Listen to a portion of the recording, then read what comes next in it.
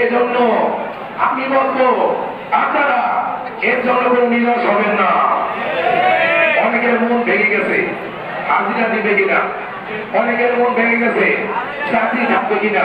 আমার কানে সব আছে।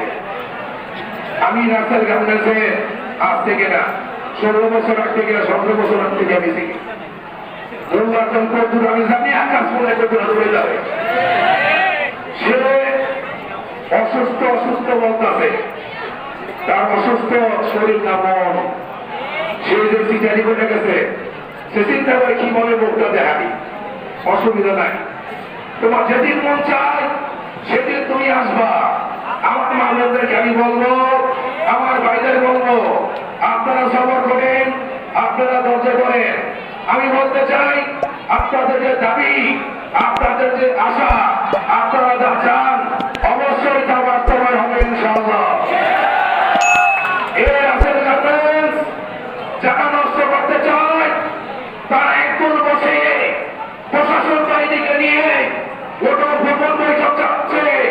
আমাদের কাছে খবর আছে এবং ভিডিও ফুটেজ আমাদের ভাইরা নিয়ে আসছে, আমরা শুনেছি, আমরা দেখেছি। আপনাদেরকে বলতে চাই ওই সমস্ত টাকি মাছদেরকে আমরা ভয় করি না। কি বলে?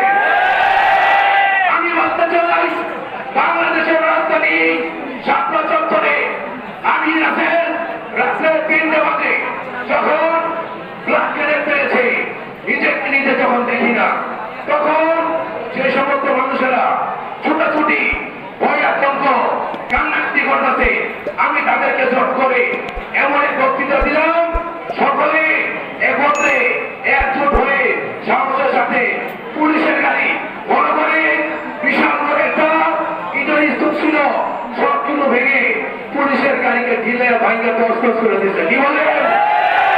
আমি বলতে চাই আপনাদের কোনো ভয় নাই, রাসেল গার্মেন্টসে কোনো এরকম শরীর থাকি জন্ম হয় নাই। আপনাদের গায়ে হাত দিব, একটা দিনের হাতিরে নষ্ট করবো, বেতন নিয়ে সিলিমিলি খেলবো, আপনাদের চালিয়ে চাকরি নিয়ে সিলিমিলি খেলবো, এরকম কোন শোল রুই বদল এখানে নাই।